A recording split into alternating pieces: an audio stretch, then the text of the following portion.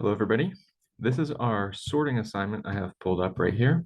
And in this video, I'm going to go over both the details of sorting, things like merge sort and quick sort, but I'm also going to solve the sorting assignment. And actually, you'll see me work through this, do all the programming tools that I normally use. And hopefully this will give you some idea on how you can solve your future assignments more effectively. So anytime we're working on one of these assignments, we'll start by just cloning this repository onto the Lambda server. So let's do that. As I go through and do all these steps here, I'll try to say out loud everything that I'm doing here. But normally when I'm working, I have two terminal windows open, and I'm going to press Control R right here to log into the Lambda server, searching through my bash history for that login session. Here we go. And I'm all set up, logged in two separate terminal windows. I like to also, again, reset my window, clear the screen, give me a fresh working environment. In class, I often have the terminal windows sort of side by side like this, zoomed in a little bit so that it's easier to see on the screen. When I'm really working, though, I prefer the side by side terminal windows. I think the vertical space here really helps to be able to see more code at once. So in here, go into our project folder, git clone, paste that URL that we copied before from Firefox, and let's go into the folders here. Again, this is using the hypothesis testing library, which you can get using pip3 install hypothesis. I've already downloaded that, so it's not going to download anything else here, but this is the command that you'll want to run in order to get that. Once you have hypothesis installed, you'll be able to use the PyTest, so Python 3-m PyTest like this, and run all the tests for this project. We're going to, so again, normally I have one terminal window opened up with my Vim looking at the source code, and the other terminal window here is where I'll be typing the commands. And I like to usually have Vim on the left-hand side and the terminal on the right-hand side, but whatever is convenient for you is fine. Now inside of here, there's a handful of functions that I have provided for you, these CMP functions. We'll talk about what those do in a little bit. And then there's some functions down here that you'll have to implement, like this underscore merged, merge sorted right here, and quick sorted. We're going to go through and implement each of these functions, talk about what they do, and feel free to follow along on your own computers while you're doing this. And just, it's totally okay to submit your assignment being like exactly what my code is here as well. So this merged function, the idea is that if you have two input lists, this XS and this YS, and they are already sorted at the very beginning, then the output should be a combined version of XS and YS that is sorted between the two of them. Again, anytime you're trying to understand what a function is doing, the first step to do that is to look at the doc tests down here.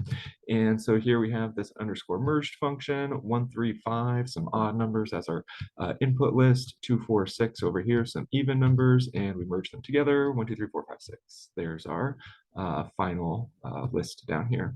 And again, these inputs are sorted, but in order to have a final output list that is sorted, we can't just concatenate these two things together because then they wouldn't be in the right order anymore. So we'll have to be a little bit careful about how we merge these so that they stay sorted. This is a helper function.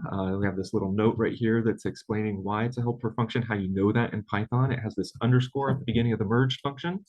And this underscore is just sort of a traditional thing in the Python world to make sure that, to tell everybody that this is a sort of a helper function, a private function, something that the users of your library shouldn't be using directly. We have these sorting functions down here, which are more intended for users to be using directly. This is, again, just a helper. And we know that because it has this underscore in front of it. It's possible to include this merged function entirely inside the merge sorted function right here. This is what the merge sorted will be using merged internally. If you do that, though, it becomes very difficult to test that this function is correct.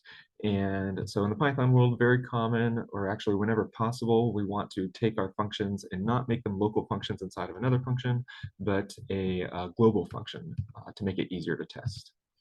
There's many ways that we can test this function while we're developing it. The simplest, most straightforward is to use the doc tests. I'm going to open up the doc tests here in Vim, going :tab E, then the tests are in this tests folder right here. So you can see I'm opening it up down here. I press : to get into the command mode. Tab E is the command that I'm going to use. Tests, and then test_main.py has all of the PyTests for this program. Again, we're using the hypothesis library to, in this homework assignment, to actually write our tests. In order to understand what these tests are doing, again, this thing up here is called a decorator, and this describes to the hypothesis library how to use these test functions down here. Later in class, we'll be going in detail on exactly what a decorator is. At this point, you can just accept that it is magic, and it somehow describes or changes the behavior of subsequent functions. Here we have two inputs to this function, string1 and string2.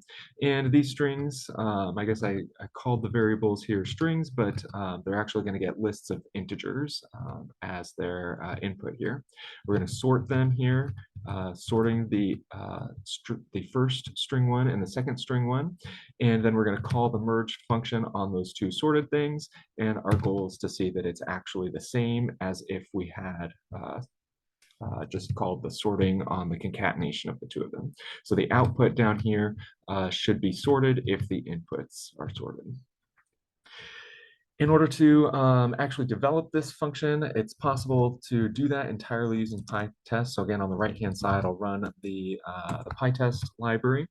And in order to zoom in just on this underscore merged function over here, that's that -k flag to PyTest will let us filter out match only tests that match whatever the command is over here. So this is the thing that I just ran. And now there's only two tests being run, those just on the merged function right here and not on anything else. In order to implement the merged function now, we'll have to actually come over here to Vim and do that. Really, when I'm working though, so yeah, this PyTest, this is a good way to check that my code is correct, but it's not the easiest thing to work with while I am developing. When I'm developing my function, I usually like to use just interactive Python, actually. So if we do something like Python 3-i and then sorting.py, sorting.py, because this is the name of the file over here. And then the -i here stands for interactive. If I do that, you can see I'm in interactive Python mode now because we have the 3 greater than signs right here. And now I have access to these functions that were defined in this file. So if we do something like 135 and 246 like this, I can actually run the doc test directly here. And you can see that there's no return value right now. There's no output because I haven't written any code over here. But this will make it easier to do a little bit more interactive testing about what's going on. In order to implement this function, the way that it makes most sense to me is to do while loops that'll have an index into both of these lists. So I'll call it ix for the index into the xs list. And actually, to make it a little bit more clear, I'll do ixs, the index into the xs list. We'll start that off at 0, and the index into the yx list also equal to 0. And we'll have a while loop right here that's going to check to see that the index is still valid for both of these lists. So while ixs is less than the length of xs and iys is less than the length of ys like this, we'll loop through over these two lists. We're following a pattern right here called the accumulator pattern, where I am building up a new list from somehow computations on a previous list. And so our new list when I'm doing this, I often call my new lists ret. Again, this is short for return. This is just an indication to me that this variable is somehow the thing that is going to be the final product of this function and what I'm going to be returning at the end of the function once everything is all constructed and all done. Again, the I here short for index, uh, index here, and then the list right here that I'm indexing into. We're going to walk through these two lists one at a time, just taking whatever the smallest value is each time and putting that into our ret list right here. So let's go ahead and do that. I'll have an if so xs at position ixs is less than ys at position iys. If that's true, then we'll do a ret plus equals, or actually a ret dot append of xs at ixs like this, and then ixs plus equals 1. Otherwise, else we'll do changing for the ys list right here, ret dot append ys at iys like that, iys plus equals 1. Here we go. And anytime we have a while loop, one of the sort of dangers here is that it might run forever. So good sanity check here is just we're incrementing the ix and iy's here. Eventually, if we keep incrementing it, one of these two things should become false, and then we hopefully won't run forever. So we have some sample code right here. I don't think it's fully correct yet, but anytime I write code, I always am testing it before I keep going on and moving things, trying to figure out what exactly is it doing well so far and what is it not doing well.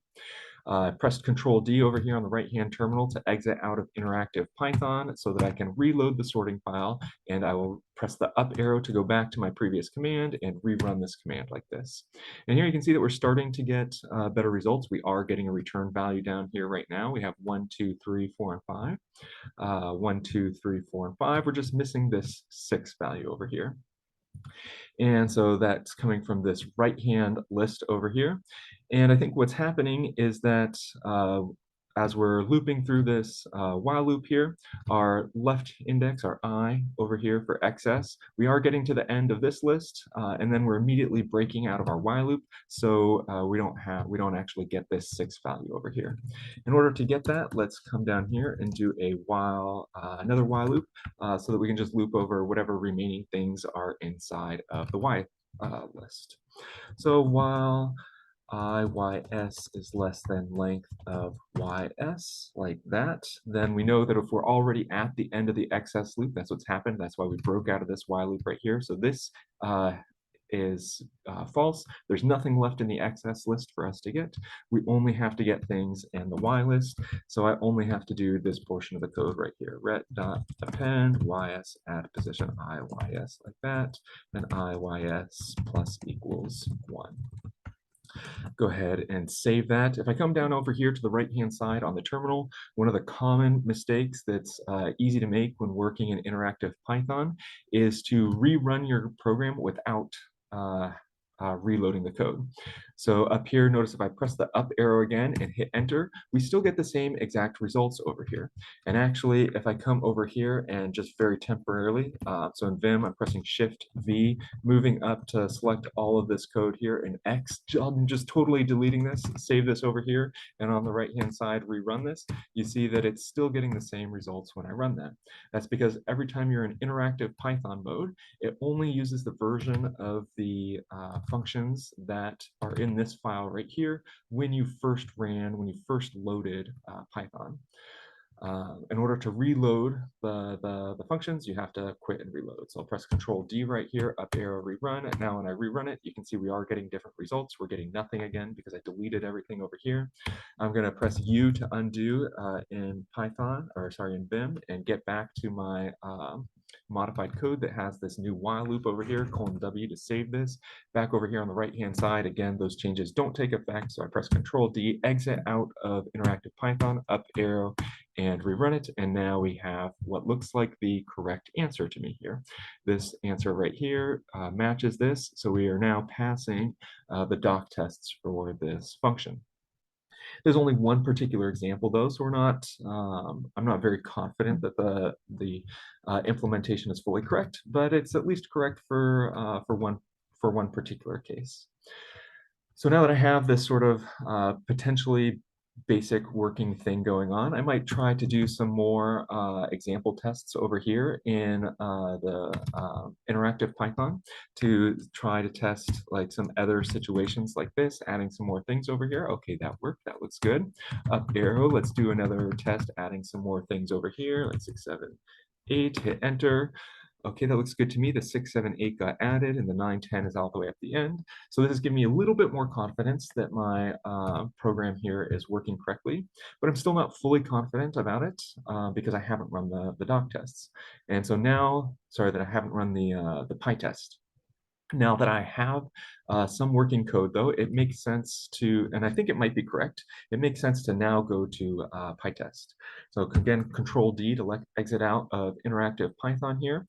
And I'm going to actually run the PyTest. So Python 3-m PyTest like this, and let's see what happens. Okay, again, there's a lot of tests over here that I don't think I'm ready to do, so I'll do the -k flag to filter out those tests. I only want underscore merged like that.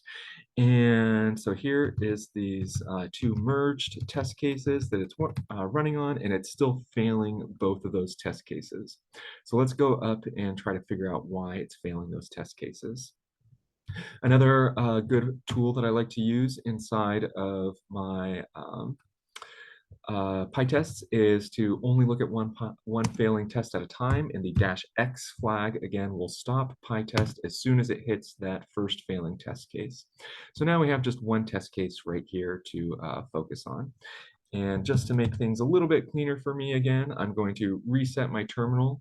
For me, the way my terminal is set up, as soon as I type in this reset command, you can see the scroll bar over here has a lot of stuff inside of it right now.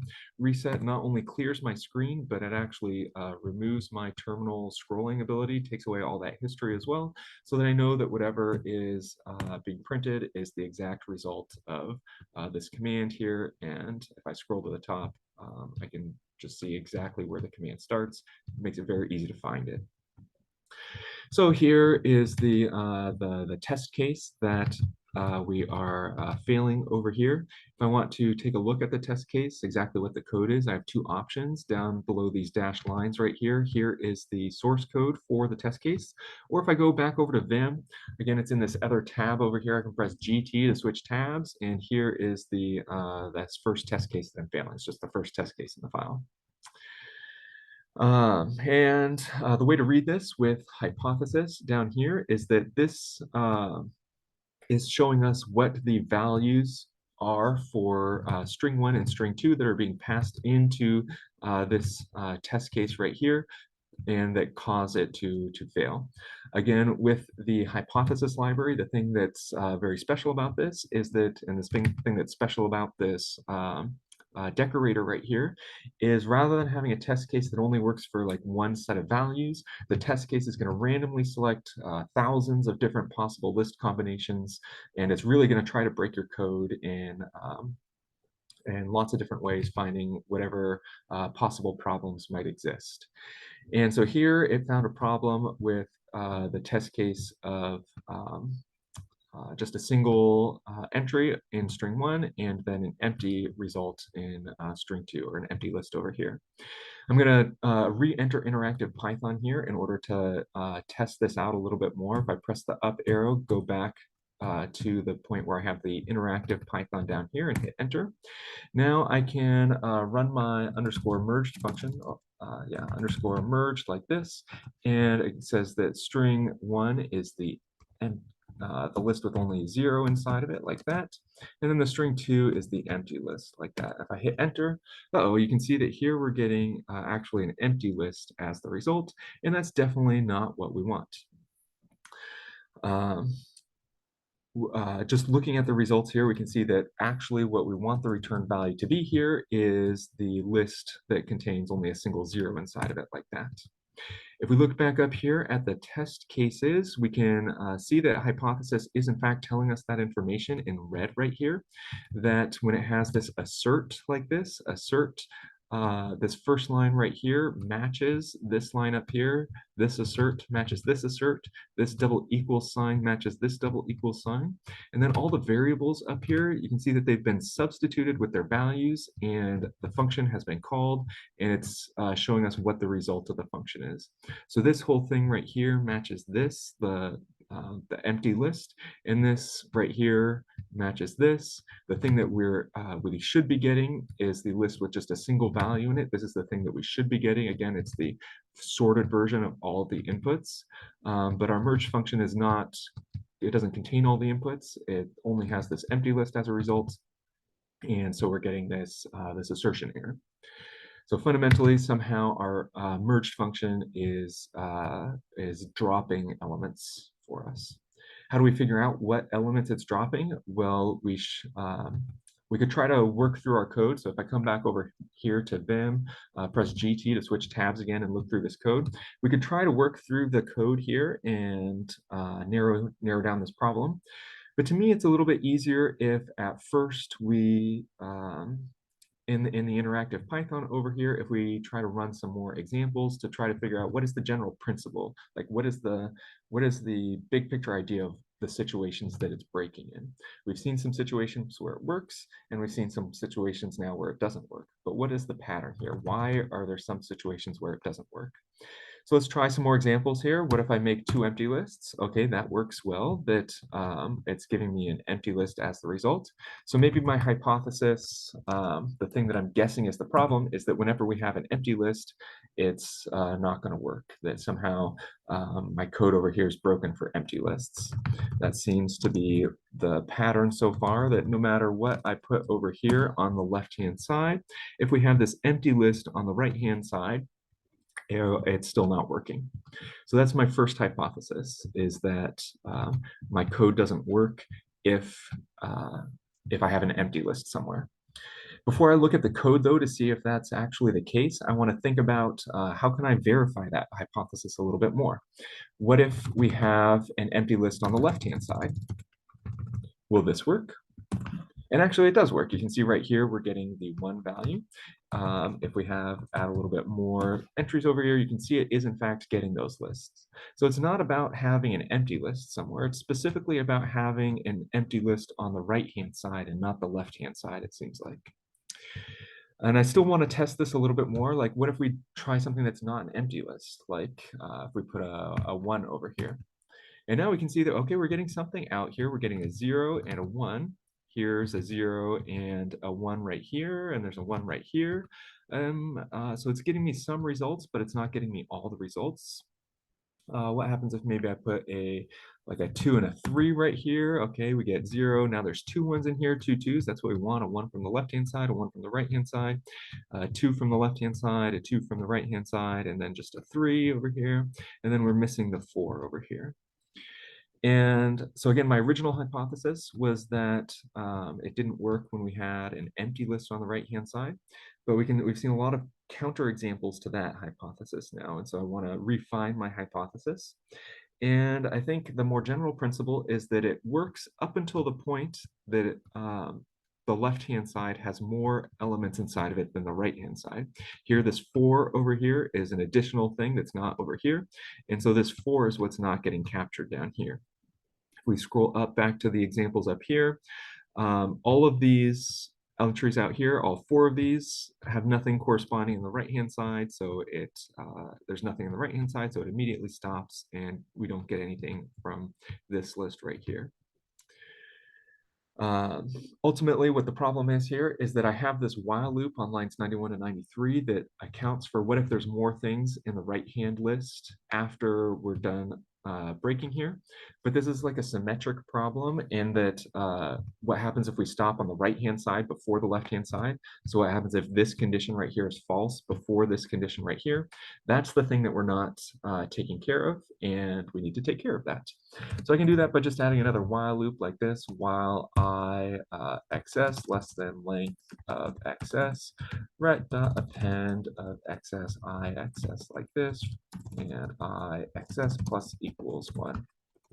So I just followed the same pattern of looping through the individual list and only considering that list by itself. We'll go ahead and see now if this is going to work. Again, I can't just rerun things in the interactive Python over here. I have to press Control D to exit out of interactive Python, up arrow to rerun it. I'll press up arrow to get back to this example right here. And now we can see that we are in fact getting this additional 4 right here. You can compare this output to this output, and this output looks correct to me. This output is not correct because it doesn't have this 4 right here. And so now that I think that I might have made more progress on this problem, again, tested it out manually to verify that it seems to be working. Then I'll go back to PyTest and let's rerun the tests here.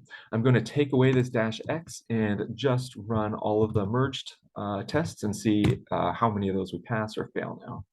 And so now there's one passing and one failing test related to this underscore merged function. Okay, so that's making progress. That's good. Now we just need to take a look at what's the different about this new test that is failing. Here, the output of the hypothesis PyTest procedure, again, is only showing the code for the new test, but I also want to see, compare the code of this new test to the old test. So I'm going to come back over here to Vim, GT to switch over to the tests file over here. This one here is the test that we were looking at the first time that we are now passing, but there's this new test down here that we're getting to, and we are failing. And so the question is, why is that the case? I know this is the test we're failing because if we look at the name of the test on line 20 right here, that matches the name of the test over here. Okay, let's take a look at this test and see what's different about it. The most important thing that I want to see about what's different about it is how the merged function is being called. I know just like at a quick glance, it seems like there's more stuff going on here. But before looking at these first lines right here, I really want to understand what is it about the function that I'm testing that is different. And so here we still have this like string 1 sorted, string 2 sorted. This part of the function seems to match.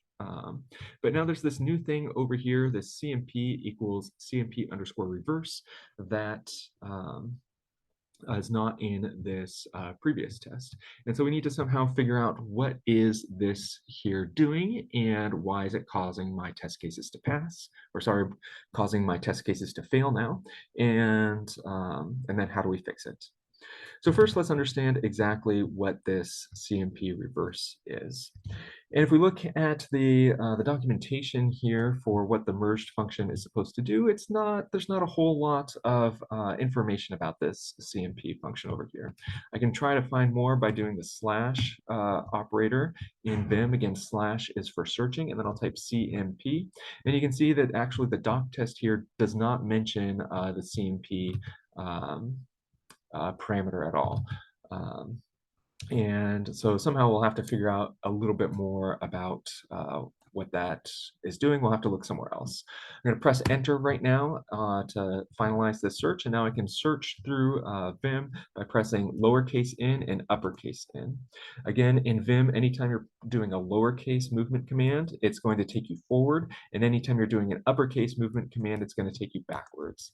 So just looking right now, if I press the uppercase n, so shift n, it takes me backwards. Going to the left, lowercase n takes me to the right here. And I can press shift n a bunch of times to go back and see all this different documentation.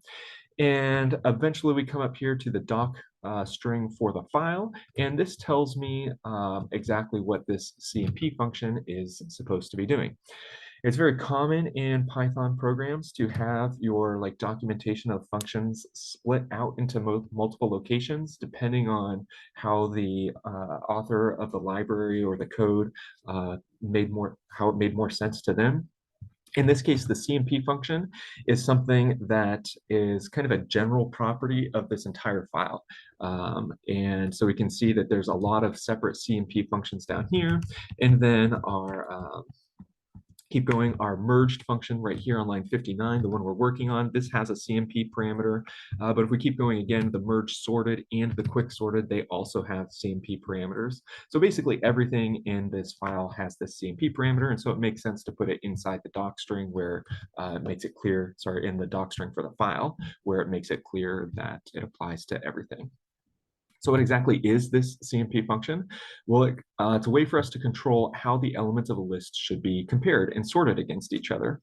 And so by default in Python, I'm going to move over to the right-hand terminal over here, type Python 3, back into interactive Python mode. Again, this is Python 3 without the -i sorting over here, so I don't have access to things like the merge function right now. This gives me the name error right here because I'm only in Python 3 without the sorting.py file.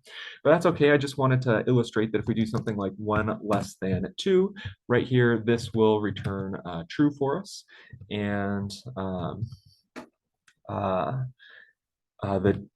this is just like the ordinary sorting of integers, that 1 is less than 2. But there are other ways that we might want to sort things. And in particular, we might want to sort things in reverse. And so how is our sorting function going to allow us to sort things in reverse? Well, we're going to do that by changing what the sorting order is of the elements that we pass in. This CMP stands for compare. So CMP equals compare. And this is a common idiom in programming languages. Anytime you're trying to have a sorting system, that you'll have a CMP function which follows a pattern similar to this for comparing against items to determine a sorting order. Whenever the CMP function returns -1, then the thing on the left-hand side will be interpreted as less than the thing on the right-hand side. So in the sorted order, the thing on the left, the A here, will be put on the left in the list. But when we return a +1 like this, then the thing A will be interpreted as greater than for the purpose of the sort and be put on the right-hand side of the list. So the CMP standard is the default CMP operation for all of our sorting functions.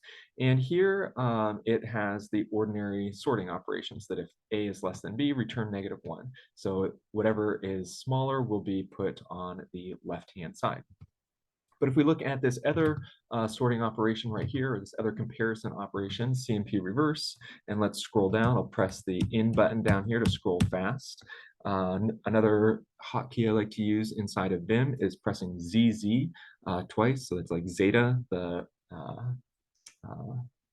thing that looks like a 2, ZZ twice, that centers my screen on the cursor, makes it very easy to look at a function. And so you move to that location, press ZZ, and Vim zooms into that location for you. And here, CMP reverse, you can see, gives us the opposite order of CMP standard. Up here, we're turning -1 for A less than B, again, in order to put A on the left-hand side. But here we want to put A on the right-hand side, and so we're returning 1 instead of -1. I'm going to go back to our test cases. I'll press GT right now into test main. And here you can see that we are in this second test case right here, the test case that we're failing. It is passing CMP reverse as the way that it wants to sort things. And so this underscore merged function should give us the results in a reversed order here.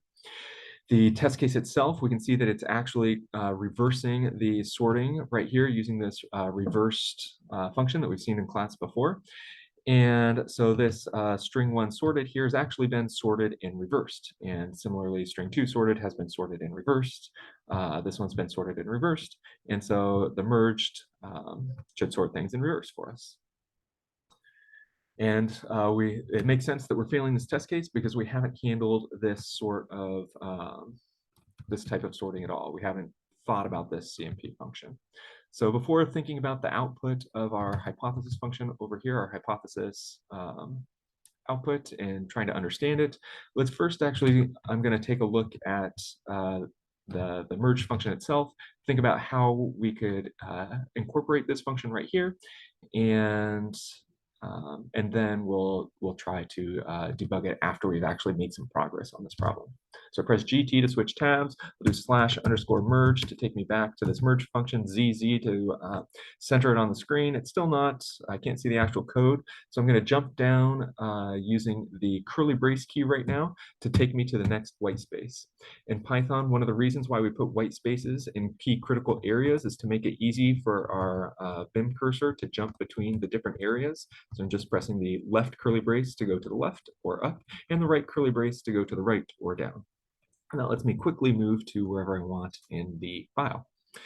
Now, the idea here, again, is that we need to change the sorting order to take into account this CMP function up here.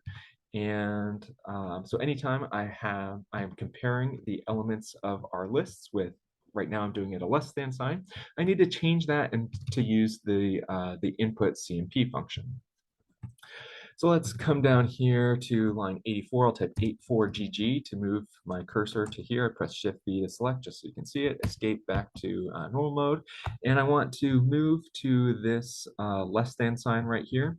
In order to move my cursor over there, I could use a bunch of like right and left operations, but that takes so long, and I am so lazy. So instead I will use the F key. F is short for find, and then the key, the character that I want to go to. So F and then less than immediately jumps my cursor over there.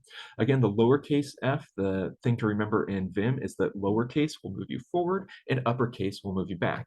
So if I wanted to go back to this I character that I was at before, I can do Shift I. That'll take me to this intermediate one, and then Shift Fi again to take me back. So yeah, F less than, move here, and I want to change this so that it is using the CMP function up here. I'll press XX to delete those two things, left arrow I, insert, add a comma right here, press the Shift F space, oops, out of insert mode. It looks like the Lambda server is being a little bit laggy, or the internet's being a little bit laggy for a second. Hopefully that will fix up here. But what I'm going to be doing is I'm going to be putting the CMP function around this whole thing right here and replacing what used to be the left hand. Let's see, are we back? Seems like we're back here. The keys are working here. And okay, let me recording. I will share my screen again, and there we go. So we were in the process of changing, I'll press escape here, undo, changing this less than sign right here to use this CMP operator right here. So XX, delete that, I comma, Shift F space to move my cursor back here. I could press I right here, but if I do that, then I am typing in the wrong spot. So instead of pressing I will press A to insert to the right, to append to where I'm currently at. CMP that, $sign to move to the end, I there to put that parenthesis inside of the colon like this. And what I wanted to do, this was the less than operation before, so I have to remember what was it that needed to be a less than. Was it a 1 or a -1 or a 0? I forget. I am a puny human with bad memory. And so I need to scroll back up to the top to figure out exactly what I'm going to be putting there. In order to do that, I know that as soon as I go back up to the top of the file in Vim, I'm going to want to come back down here to line 84. And so what I'm going to do is I'm going to add what's called a mark inside of Vim. I'm going to press M, the letter M for Mike, and then A. M for Mark, and then A. The mark is like a bookmark, tells you Vim that this is an important line that you're going to want to come back to in the future. And so again, M and A. A is the name of the mark. You can have a mark for every different key on your keyboard. And so you can have lots of different lines that you can easily zoom back and forth between. I'm going to press GG right now to go to the very top of the screen, GG, or very top of the file, so that I can see what this documentation looked like again. And then, so here's the negative one. or the less than, it was a -1 that I needed to use. Okay, so now in order to go back to the location where I had that mark, I press the single quotation mark and then the name of the mark. So quote A takes me back to the line that I had that mark on right here. So it makes it easy to just quickly go to one spot in a file to check something and then come back to the location that you were at before.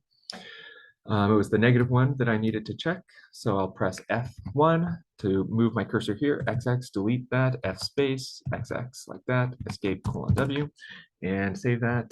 Just change this here, and I think that line is good. I just need to do the same. And actually, I don't even think I need to do the same procedures because these are checking about the indexes instead of the values. I think this is the only spot that's checking against values, so I think we might be good now. I'm going to go ahead and come over here. I'm feeling confident. I'm not even going to bother testing inside of Interactive Python. Control G, up arrow, rerun my test cases on underscore merged. And there we go. They are both passing now. So that's great. We have fix this merged function, and we are very confident that it is correct.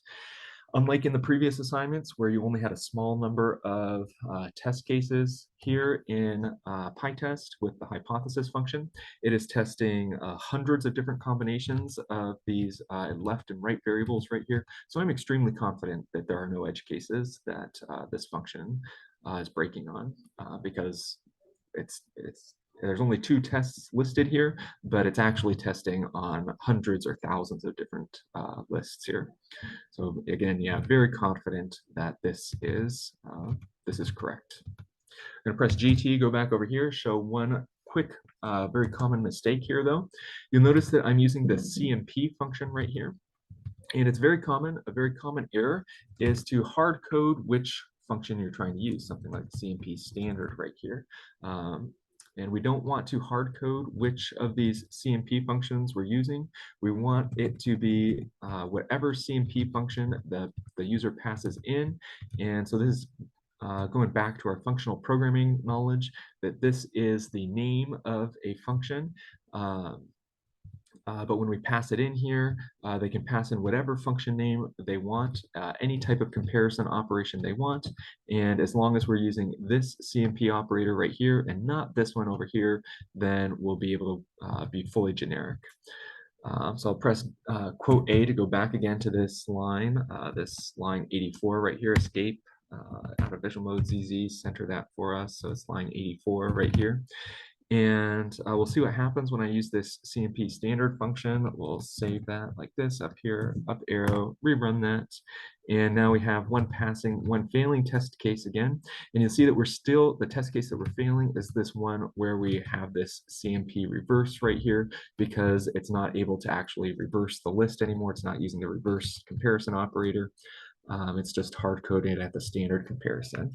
So if I press F underscore, come back over here, DE, delete to the end of the word, escape :W, then we're good. And up arrow, rerun this, it'll pass the test cases. Okay, so pretty confident that we are working correctly on this function right here. And now we can move on to the next function, the merge sorted function. And we can talk about how that will actually work. As I'm coming down here, I'll just notice that I only had a single empty line right here. It's standard Python to have 2 blank lines between your functions. So I'm just adding that back in here so that Flake8 won't complain at me in a little bit. Press ZZ to center on the merge sorted function. And then I'll use my right curly braces to jump down here to the end. And let's talk about implementing merge sorted. This one is going to be a recursive function. And so again, when you're writing recursive functions, highly recommend starting with the base case first and then thinking about the recursive part afterwards. In this case, the base case is up here if XS has 1 element. So if XS equals, or we'll do the length of XS equals 1, then we can just return the list like that. And that is our base case right here. This is a really simple base case, so I'm pretty confident that the code that I've written here is doing what I want it to do, and we can move on to the recursive part. Down here, the recursive part, we have our else. you'll notice that my cursor is here on line 119. I want to move it to line 120 and go into insert mode. I could press the down arrow, press I, and then I have to tab over and so on. That's kind of annoying, actually. So instead, when my cursor is right here, I will press the lowercase o button to create a line below the current cursor and put me in insert mode. Again, the lowercase mnemonic in Vim is lowercase does the next and uppercase does the previous. If I wanted to create a line above my current cursor, I press Shift O and it creates the line above. Escape U for undo, and then lowercase o for add that in here. And let's add the else clause like this. The idea here, so divide the list into two halves. We have our pseudocode right up here that we're following. So we'll do the left equals so in order to divide it into halves, I need to know what is the actual half point. So press ZZ again, center. It's easier for me to work when my cursor's at the center of the screen. Shift O up above, mid equals length of XS divided by 2. This is, again, integer division right here, the double slashes. So this is going to give me an integer as the result, which is important because down here I'm going to be indexing or slicing with an integer. And so this has to be an integer. Escape O right equals XS colon mid like that. And this gives me the left half of the list and the right half of the list. Heuristically, when you're developing recursive algorithms, the idea to have in the back of your mind is that we're always somehow making our input smaller. Whatever container we're recursing on, we're making it smaller, and then we're going to be calling our function on that smaller version of the container. Here, eventually, if this size of the container, as it gets smaller and smaller and smaller, it'll eventually get back to the base case over here and be sorted in this case, or whatever your final result is trying to be. So let's do a left sorted equals merge sorted of left like that, and a right sorted equals merge underscore sorted of right like that. There we go. Colon W, save that. And then by our sort of like recursive assumptions, this is kind of like magic of recursion. We're assuming that these two things are going to be correctly sorted because we're assuming that this function is correctly implemented. And then we just have to somehow figure out a way to combine these two sorted lists together so that our final result is going to be sorted. We already have one of these tools. That's that underscore merged function from above. And so we can just do return underscore merged of left underscore sorted and right underscore sorted. If these are in fact sorted lists, then we've proven through our test cases that the underscore merged function is going to give us back a final sorted list. So these sorted lists right here are smaller. They only contain half the list each, but then our underscore merged function right here is combining those two results, giving us the final list. Okay, at this point, I think I'm ready to test, and I'll be excessively confident here and just go straight to the PyTest, not doing anything in interactive Python. So I'll do up arrow and get back to my PyTest command right here. I'll delete the underscore merged right here and add the merge underscore sorted right here so that it'll run the test cases for this function instead of the previous one. Let's hit enter, and you can see that I was in fact overconfident and am now failing all 4 of the test cases that we have here. So let's take a look at this hypothesis right here. Take a look at what are the examples that's causing it to fail. And so here I can see that the input string being an empty list is what's causing this test right here to fail. If I scroll up just a little bit, so come over here, scroll up, looking for the actual source code of this function so that I can see how this So this right here, this string is the input to the test case, but it's not necessarily the input to the function itself. So I'm going to go over to Vim, GT, switch tabs to the test cases here. I'm going to search for this function right here, do slash merge underscore sorted. Again, the slash is giving me my search. And here we go. Okay, so yeah, the merge sort is not actually doing anything fancy in these test cases here. And so I can actually, this is a different function right here. This is the CMP2 function. This is the standard merge sorted function. So down here, let's reset my screen again and up arrow, up arrow. Let's add that dex X here. So we're only looking at one at a time. There we go. And so also on this test merge sorted function, we're getting back just a single empty list as the falsifying example. So that's the thing that I'm going to try out now. In order to maybe get a better feel for why this is failing, I'll once again go into the interactive Python, Python 3-i sorting.py, hit enter, and let's run the merge sorted on the empty list like that. And you can see that we're getting this recursion error right here, maximum recursion depth exceeded in the comparison. Anytime you're getting this sort of recursion error about it's too big, it's running forever, that tells you that the problem can be in one of two places. Either you're not making your problem smaller or your base case is wrong. In this case, I think we are in fact making the problem smaller here each time. We can see there's these slices right here. But the fact that this is so simple tells me that we probably shouldn't even be doing any recursion to begin with, that we should be handling this in the base case. And so I'm just going to extend my base case up here to handle this situation. And there's a lot of ways that I can do that. I will do changing this equals to 1 to less than or equals to 1. And now the base case will handle this situation as well. Clone W to save that. Over here, again, if I try to rerun that, we'll still get the same error message. I'll press Control D to exit the interactive mode, up arrow to rerun it, up arrow to rerun that command, and now we're not getting an error, we are getting the correct output. So I'll press Control D, up arrow, up arrow, up arrow, back to my PyTests here, hit enter, and now we got 2 passing test cases and 1 failing, so that's good that we're making progress. Let's come up here. And the first thing I'm noticing about this is that this is involving the comparison operator that in my merge sorted function, now I'm applying this CMP reverse, passing it to merge sorted.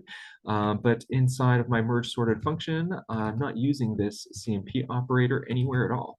And so that explains why I'm failing this test case. Where would I use this CMP operator? Well, it's anywhere where I'm doing a comparison on the elements of the input list. I'm actually not directly doing any of those comparisons though. Instead, it's this underscore merged function that does those comparisons. So that's where I will need to add this function right here, or CMP equals CMP. The left-hand CMP is the name of the parameter being passed into underscore merged, and the right-hand CMP is the name of the parameter that was passed into merge sorted, the local variable for this function. I'll press escape, :W, save that, come over here, rerun this, and actually you'll see that it's still failing. If we compare the 2 test cases right here, the outputs here, we'll get different strings, I think. So here it's 001 is the failing test case on our new example. Previously, it was just 01. So we are passing this previous test now, but it's this longer string that is causing us to fail. In this case, what we're forgetting is that the merge sorted function also takes this CMP parameter. And it's really important anytime you're writing a recursive function to make sure that you're calling it recursively with the same parameters up here. So this CMP equals CMP standard. Right now, when I'm calling merge sorted, even if the very first time it's coming through here, this is equal to CMP reversed, the subsequent times it's not equal to that because we're not passing it right here. So up here, I'm going to retype my comma CMP equals CMP like this. Press escape to get out of insert mode, up arrow, and I'm going to do some Vim magic right here of just pressing the dot period operator, and you'll see that that re-added everything that I had previously typed into insert mode. Press escape, undo, undo, undo, and I'll redo this, re-add these things in. I'm going to, so I'm on my cursor right here is on the the merge function, press I, insert mode, comma, CMP equals CMP like this, escape.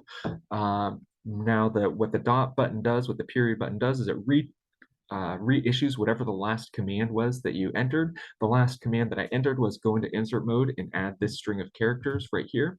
So if I press up arrow, press dot, it redoes that, goes into insert mode, adds that string of characters, up arrow dot, re-adds those string of characters. This dot functionality in Vim of repeating your previous command is super, super useful. I use it all the time. So escape :W, save this, right-hand side, up arrow, rerun, and now we are passing all of the test cases about merge sorted. And there's only one last function here for us to do, the quick sorted function. Quick sorted is very similar to merge sorted. They're both dividing up the list somehow into two different parts, recursively sorting both of those two parts, and then merging the results back together. In quick sorted, though, we divide the list in a different way. So again, we'll start with the base case right here. The base case always first thing to start with. I'm going to be a little bit more clever this time and realize that, okay, the length will have to do the less than or equal to 1 instead of just equal to 1, so we don't have that same problem. And then down here in my recursive case, here's all of the stuff that we'll have to do. The idea here of quicksort is that instead of splitting a list exactly in half, so instead of using the indexes to split a list, I'm going to split a list based on the values. And in order to do that, I need to select some particular value to work with. That value is called the pivot. There are many different ways of selecting pivots inside of quicksort. But a very simple method of selecting the pivot is just doing, so pivot equals whatever our input list is at the midpoint. So mid, again, being the length of XS divided by 2 like that. And so if our list is somehow sort of randomly ordered, or this is very likely to be somehow in the middle of the list, or give me a value that is in the middle of the values. It's not guaranteed to, but it will probably approximately give me a middle value. And then here, so put all the values less than P in a list. So I'll call this XS less equals, and I'm going to use a list comprehension for this. So all of the, let's see, X in X S if X is less than pivot like that. And then we'll do XS greater equals X in XS if X greater than pivot, because that's the next thing that we need to do right here. Values greater than the list, and then all the ones that are equal to each other. And so XS underscore equals X in XS if X equals pivot. And so you can see here that the contents of all three of these lists is going to be equal to the entirety of the original list itself. It is a little bit ugly to me that all of these things are indented kind of differently, that I know that these pieces of code right here are very similar to each other, but visually it's not obvious that they're similar because of the weird indentation. So I am going to change the names of these variables to be a little bit different to make the formatting of the code a little bit nicer. I'm going to press Shift F underscore to move my cursor back over here and change the names of these variables to all be two-letter things. So EQ for equals, GT for greater than, and LT for less than. Each time I did this, in order to change the contents of the word right here, I press C for change. That's the verb that I'm doing. C for change, that deletes and goes into insert mode at the same time in one keystroke. And then I'm pressing E to go to the end of the current word. So change from here to the end of the current word, CE. And then LT like that. :W, let's save that. Almost done. So we'll sort the greater and less than lists recursively. Again, so I'm on line 157 right now. I want to move to the next blank line down here. I'm going to use my curly brace right-hand side to jump down here. Shift O to go into insert mode, up above, tab, tab, right there.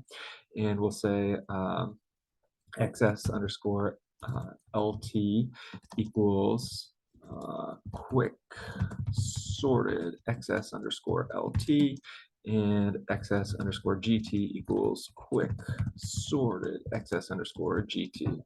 And this, by the recursive property, will sort each of these lists.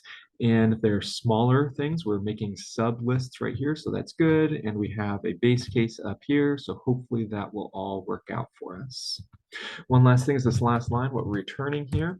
And one of the advantages of quicksort over merge sort is that there is no need for a helper function that because we are sorting on the values, we divvied up our lists here based on the values instead of the indexes. Now we can just do XS underscore LT plus XS underscore equals plus XS underscore GT like that. Escape : W, save that, and I think we're good. Come back over here to the right hand side, up arrow. I'm going to once again just jump straight to my test cases. And here, let's do the quick sorted. And okay, we're getting 2 errors. These are serious errors, syntax error. For I and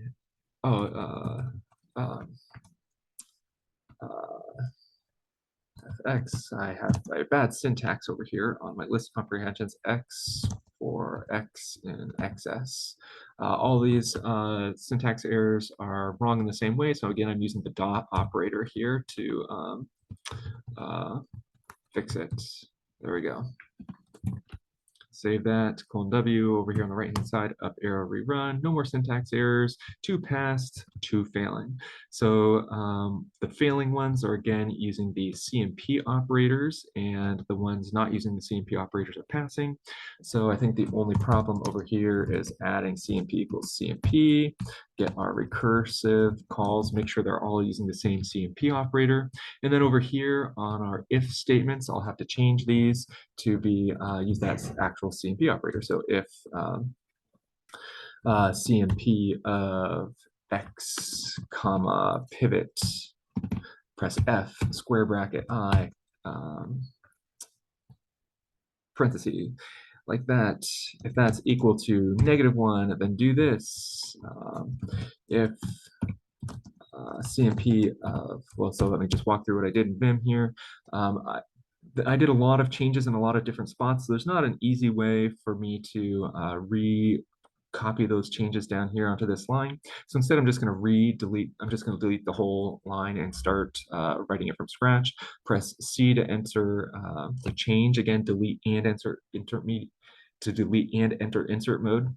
And then $sign takes me to the end of the line. So C $sign deletes everything to the end of the line and puts me in insert mode. Just retype this out, X comma pivot. Now it's equal to 1, like that. Down over here, C $sign, CMP X comma pivot equals 0, like that. : W save over here, up arrow, rerun, and now everything's passing. Let's just verify that all of our PyTests here are passing.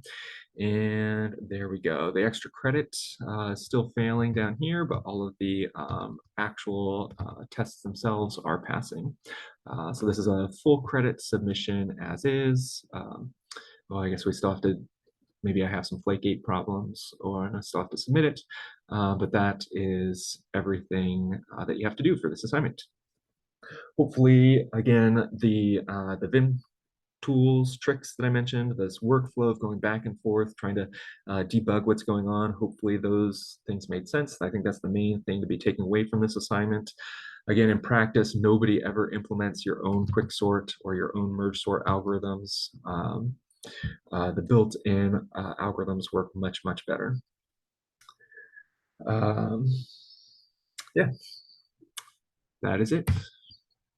Let me turn off the recording here.